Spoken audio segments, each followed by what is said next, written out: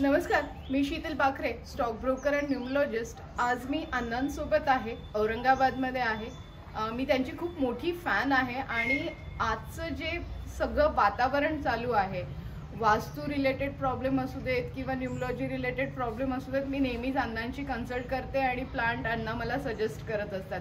पण आजचा जो विषय आहे कोविड आणि ऑक्सिजन, त्यासाठी मी अण्णांशी स्पेशली डिस्कस करायला आली होती आणि अण्णांचं जे नॉलेज आहे ते म्हणजे अनबिलिव्हेबल आहे. त्यांनी जी मला आता माहिती दिली त्याबद्दल म्हटलं चला तुमच्याशी पण आपण डिस्कस करूया. आणि अण्णा सांगा की पहिले तर मला तुमच्याबद्दल सगळं सांगा की तुम्ही ह्या प्रोफेशनमध्ये कसे आलात, तुम्हाला ह्याची आवड कशी निर्माण झाली. छोटासा संदर्भ द्यायचा झाला तर याची पार्श्वभूमी आम्हाला तशी काहीच नाही. आम्ही मूळचे नाशिकचे आहोत. वडील हे माझे वडील स्वातंत्र्य सैनिक होते. ब्रिटिशांच्या विरुद्ध ते लढले आणि त्यांना शिक्षा 7-9 वर्षाची झाली. तर शिक्षा झाल्यानंतर त्यांना जे काम दिलेलं होते उद्यानाचं दिलं होतं. एवढी जर पार्श्वभूमी पाहिली तर अशी पार्श्वभूमी शेतकरी किंवा एखादी जागा वगैरे असणं, मग बागायती करणं असं काहीच नव्हतं. परंतु मग माझ्या लहान भावाने सुहास वैद्यचं नाव आहे, त्यांनी प्रश्न उपस्थित केला की मला सरकारी नोकरी करायची नाही आणि सरकारी नोकरी करायची नाही तर मग काय करायचा असा प्रश्न वडिलांसमोर पडला. परिस्थिती अगदी खूप गरिबीची होती. ही आता ज्या जागेमध्ये आपण उभे आहोत ही जागा त्यावेळेस म्हणजे 1960 साली 5 रुपये महिन्यानी देऊन आम्ही 1200 रुपये दिले वडिलांनी. अशा अवस्थेमध्ये हा प्रश्न उपस्थित झाल्यानंतर वडील जरा संभ्रमात पडले आणि ते म्हणाले की अरे बाबा असं कसं होणार की आता आपल्याकडे पैसा नाही आहे, व्यवसाय करायचा त्याला भांडवल लागतं खूप मोठ्या प्रमाणात. पण वडिलांनी सामाजिक कामं जी काही केली त्या कामामध्ये वडिलांचे विद्यार्थी खूप महाराष्ट्रामध्ये आणि भारतामध्ये पसरलेले होते. त्यापैकी जगताप रोजेस म्हणून पुण्याला फार मोठी एक नर्सरी आहे. तर जगतापाशी संपर्क साधला वडिलांनी आणि सांगितलं की माझ्या मुलांनी प्रश्न उपस्थित केलेला आहे की मला व्यवसाय करायचा आहे. तर रोपवाटिकेचा आम्हाला व्यवसाय करायचा आहे, डोळ्यासमोर आमच्या आहे. कारण रोपवाटिका ही औरंगाबाद शहरामध्ये तशी पहिलीच आपली आहे असं म्हणावं काही हरकत नाही. आणि आज पाहता पाहता त्याचा भारतातला पहिला नर्सरीचा मॉल पण झालेला आहे आपला, जो पैठण रोडवरती आहे. सांगण्याचं तात्पर्य एवढं की एवढं काही नसताना, माहिती नसताना आपण हे उभं केलं. त्याला 46 वर्ष झालेली आहेत आणि हे सगळं आमचं श्रेय जरी असलं तरी लोकांनी प्रतिसाद दिल्या कारणामुळे आम्ही मोठे झालेलो आहोत.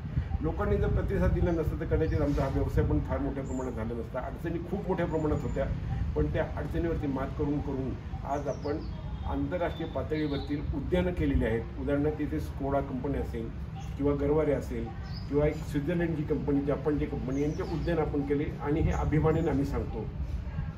थोडक्यात जर सांगायचं झालं तर मराठवाड्याला झाडं लावायला आम्ही शिकवलं असं आम्ही अभिमानाने म्हणू. अर्थात निसर्ग निर्मित सगळ्या गोष्टी असल्यामुळे या सगळ्या गोष्टी निसर्गात होतच राहतात. आमचं सांगणं हे फक्त एवढंच आहे की चांगल्या पद्धतीने झाडे कशी निवडायची आणि ती कशा पद्धतीने वृद्धिंगत करायची, संवर्धित करायची आणि ती वाढवायची, याच्यासाठी आम्ही अभिमानाने सांगतो की झाडं लावायला आम्ही शिकवलं. मला तुमचं ते स्लोगन खूप आवडलं की एकतरी झाड लावूया. आणि ह्या स्लोगनवरच आज आम्ही विचार करणार आहोत की ऑक्सिजनसाठी म्हणजे येणाऱ्या काळात ऑक्सिजन आणि पाणी हे सगळेच इश्यूज म्हणजे सगळे आपण व्हायरल होताना बघत असतो. तर आता जर मला वास्तू आणि ऑक्सिजन या दोन्ही गोष्टी एकाच प्लांटमध्ये हवा असतील तर ते तुम्ही कुठलं मला सजेस्ट करा. सर्वसाधारणपणे काय होतं माहिती आहे की एकाच प्लांटमध्ये असणाऱ्या सगळ्या ज्या गोष्टी आहेत याच्यामध्ये वड, पिंपळ आणि लिंब ही सगळ्यात जास्त प्राणवायू देणारी झाडं आहेत. परंतु ते आपण घरात ठेवत नाहीत. घरात ठेवायचे म्हणजे बोनसाई पद्धतीने ठेवायला लागलं. तर तुझा जो प्रश्न आहे की एकाच झाडामध्ये जर दोन्ही गोष्टी मिळू शकतील तर हे 3 जे आहेत यांचे बोनसाई, ज्याला वामन वृक्ष म्हणतो आपण, ही जर घरात ठेवली तर तुम्हाला ते वास्तूच्या दृष्टिकोनातून आणि प्राणवायू देण्याच्या दृष्टिकोनातून महत्त्वाची ठरणार आहेत. अशी 3-4 झाडं की ज्याच्यामध्ये तुम्हाला एकत्र गोष्टी मिळतील. पण बाकीच्या सगळ्या ज्या गोष्टी आहेत त्याच्यामध्ये तुम्हाला सर्वसाधारण प्राणवायू मिळणार आहे. तर प्राणवायू आणि घरामध्ये ठेवणारी जी वास्तूच्या संदर्भातली झाडं आहेत ती वेगवेगळी आहेत. आपल्याला प्राणवायू हा आता सध्या फार गरजेचा आणि महत्त्वाचा ठरतोय. कारण सध्याच्या परिस्थितीमध्ये कोविडमध्ये अनावश्यक पद्धतीने सगळ्या गोष्टींची चर्चा होते, परंतु झाडं लावण्याची चर्चा होत नाही. तर ज्याच्या माध्यमातून आपल्याला फुकटचा प्राणवायू मिळणार आहे. पण कदाचित ते असं असू शकेल की या प्राणवायू त्या याच्यामध्ये काही घोटाळे करता येत नसतील, त्याच्यामुळे ते अजून नाकारलेलं असेल. पण बाकीच्या गोष्टी जर सोडल्या, घोटाळे असतील काय बाकीच्या गोष्टी असतील ते होत राहणार आहे. त्याच्यावरती आपण किती चर्चा केली ते थांबणार नाही. पण तो प्रश्न आधायला जर ठेवला आपण तर आपल्याला आता सध्या परिस्थितीमध्ये जगण्यासाठी जसं आपल्याला मास्क दिलेला आहे तो मास्कच्या व्यतिरिक्त तुम्हाला नैसर्गिक पद्धतीने जर प्राणवायू पाहिजे असेल तर झाडांची मोठ्या प्रमाणामध्ये लागवड करणं आवश्यक आहे. हा आमचा व्यवसाय म्हणून बोलत नाही आहे. ही सध्या काळाची गरज झालेली आहे आणि या काळाच्या गरजेमध्ये तुम्हाला प्रत्येकाला आपापलं पाऊल तशा पद्धतीने उचलणं आवश्यक आहे. आणि ह्या जर गोष्टी केल्या तर आत्ता आपल्याला भेडसावणारा वास्तविक कोरोना हा भेडसावणारा प्रश्न नाही आहे. याच्यावरती उपचर्चा खूप झालेल्या आहेत. परंतु माणसाच्या मनामध्ये मृत्यूची असणारी भीती आणि या भीतीपोटी झालेले मृत्यू हे खूप मोठ्या प्रमाणात आहे.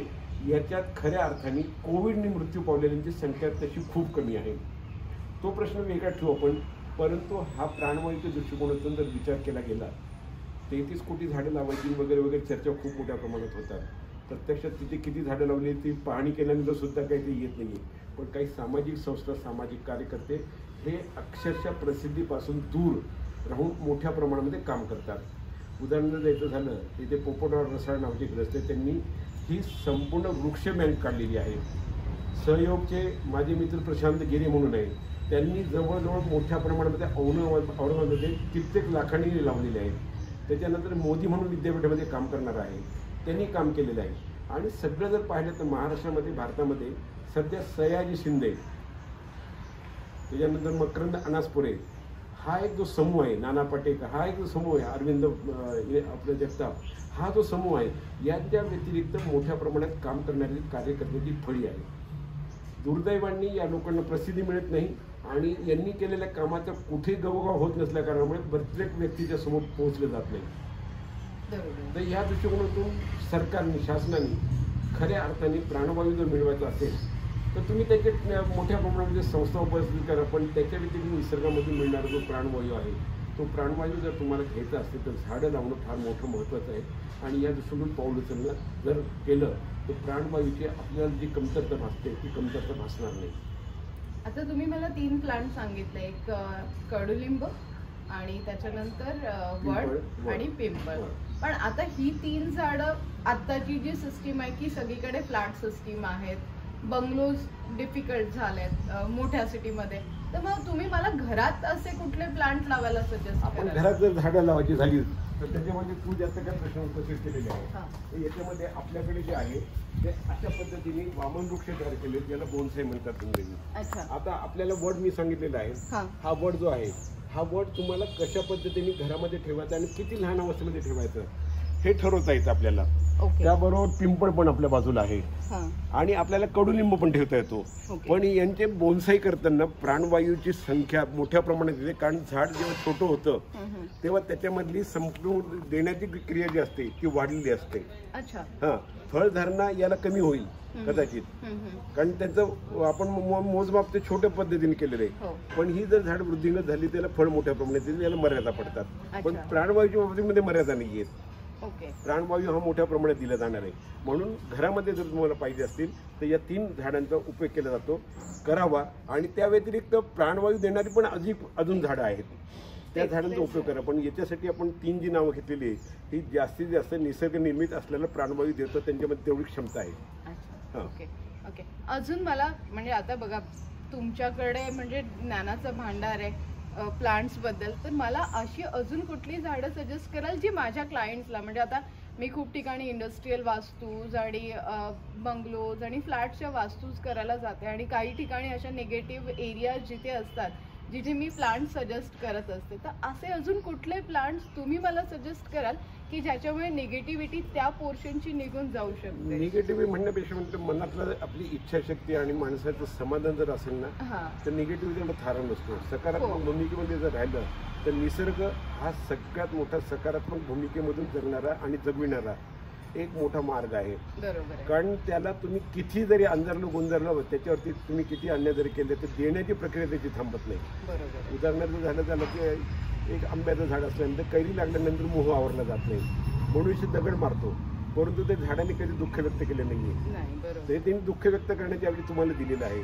हा निसर्गाचा निर्मित जो नियम आहे देण्याची प्रवृत्ती किती जरी त्रास दिला तो सगळ्यात महत्त्वाचा घटक आहे आणि त्याच्यापासून आपण दुर्दैवाने दूर होत चाललेलो आहोत. आता तू म्हणते त्याप्रमाणे काही जी झाडे आहेत, हा ॲरेलिया आहे आपल्याकडे. हे ॲरेलियाचे जेवढे प्रकार आहेत, हा जो ॲरेलिया आहे याच्यातले जेवढे काही प्रकार आहेत ही सगळी आपल्याला प्राणवायू देणारी आहेत. सर्वसाधारण प्राणवायू देणारी घरामधली झाडे त्यांना फुलं येत नसतात, कारण त्यांना ऊन लागत असतं. म्हणून आपल्याला ही जी झाडे जी आहेत जी प्राणवायू देणारी आहेत ही सर्वसाधारणपणे फुलं नसणारी परंतु प्राणवायू देणारी आहेत. तर आता आपण याच्यामध्ये ही चर्चा करू की याच्यामध्ये ही सगळी जी झाडं आहेत, हा सिप्लेरा आहे, त्याच्यानंतर हे जी झाड आहे ॲग्लोनिमा आहे, त्याच्यानंतर हा झॅमिया आहे, हा लिपस्टिक आहे, हे डिफोन आहे, त्याच्यानंतर हा पाम आहे. ही सगळी झाडे जी आहेत ती प्राणवायू देणारी आहेत. अच्छा.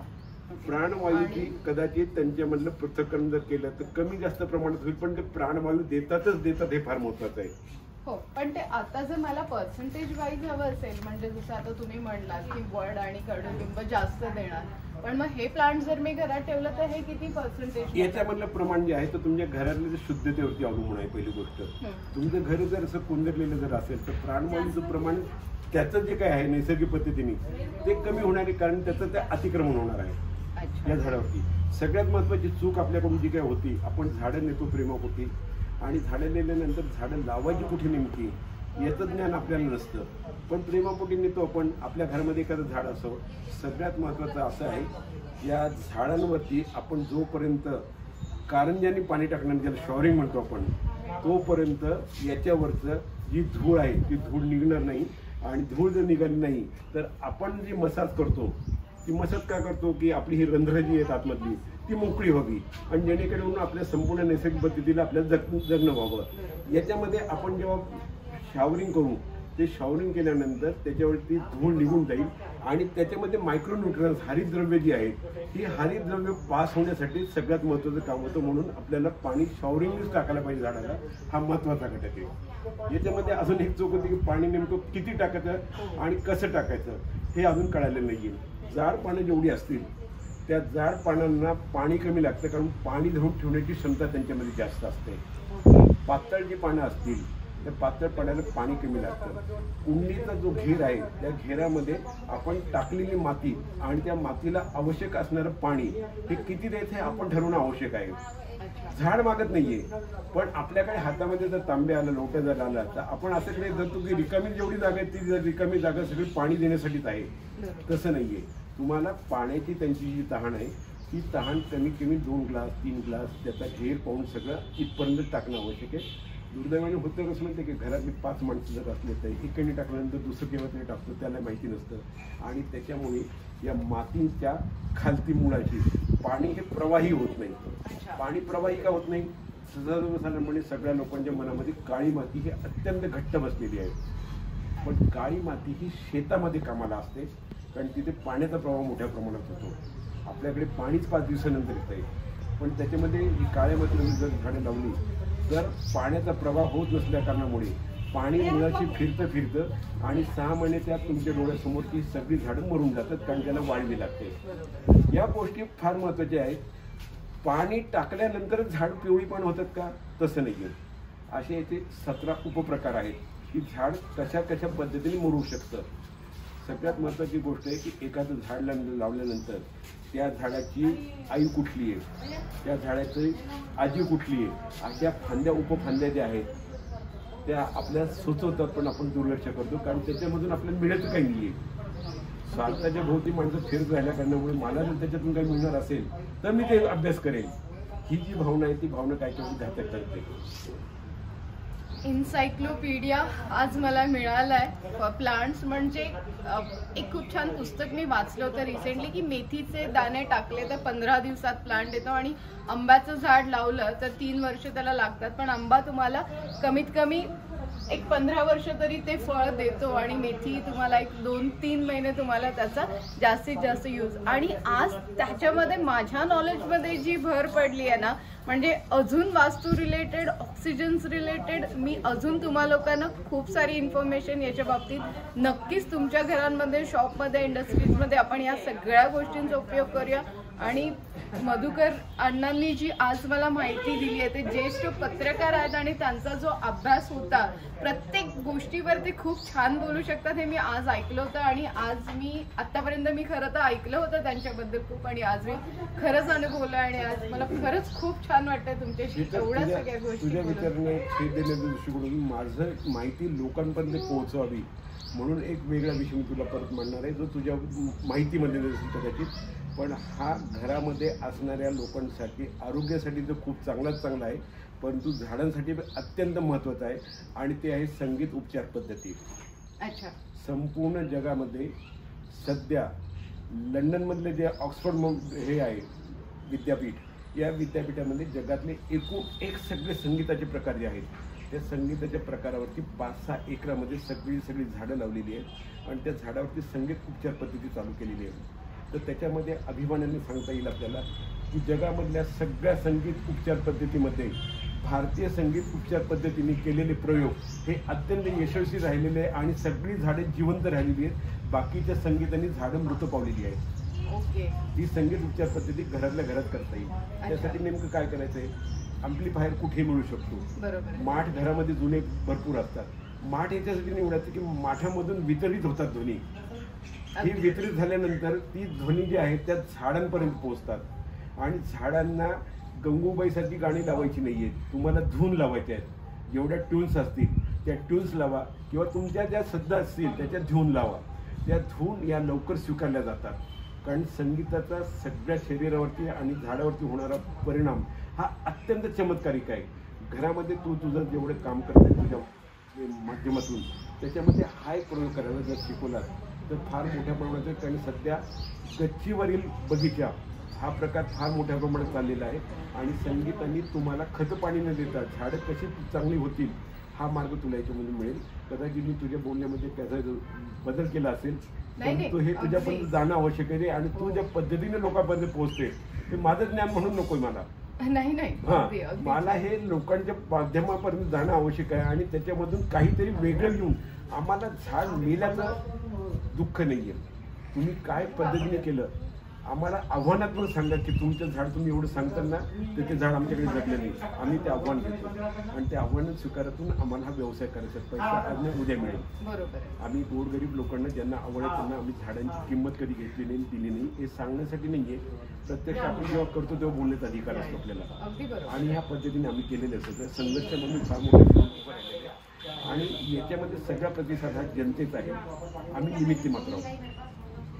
खूप छान काम अण्णा तुम्ही करताय आणि आय एम रिअली प्राऊड की आपल्या औरंगाबादमध्ये म्हणजे जेव्हा मी तुमच्याशी 2दा फोनवर बोलले तेव्हाही मला जाणवलं की नाही, मला आधी जाऊन तुम्हाला भेटायचं आणि तुमच्यासोबत डिस्कस करून मला सगळ्यांपर्यंत हे पोहोचवायचं की सध्याला जी आवश्यकता आहे ऑक्सिजनची, जे काही रूमर्स जे काही व्हायरल होत आहेत त्याच्यावर एक पॉझिटिव्ह सोल्युशन्स देण्याचा मी नेहमीच प्रयत्न करत असते आणि त्या प्रयत्नात आज तुम्ही मला सोबत दिली. आणि येस, आपण प्रत्येक जण एक तरी झाड लावूया आणि जे झाड असं असेल की जे आपल्याला पण उपयुक्त असेल. वास्तूच्या दृष्टीने खूप सारे प्लांट्स आहेत. म्हणजे आज मी इथे उभी आहे तर कमीत कमी मला 20 ते 25 प्लांट्स असे मिळालेत की जे मी वास्तूसाठी तुम्हाला रेकमेंड करू शकते. पण त्यातल्या त्यात अण्णांनी जे आपल्याला सांगितलं की ऑक्सिजन्स कुठले प्लांट आपल्याला देऊ शकतात आणि येणाऱ्या काळात आपल्याला त्याची खूप खूप जास्ती आवश्यकता आहे. तोच एक प्रयत्न माझा तुमच्यापर्यंत पोहोचण्याचा होता. धन्यवाद अण्णा. खूप छान वाटलं तुम्हाला भेटून आणि खूप छान माहिती तुम्ही माझ्या दर्शकांपर्यंत पोहोचवली आहे. धन्यवाद.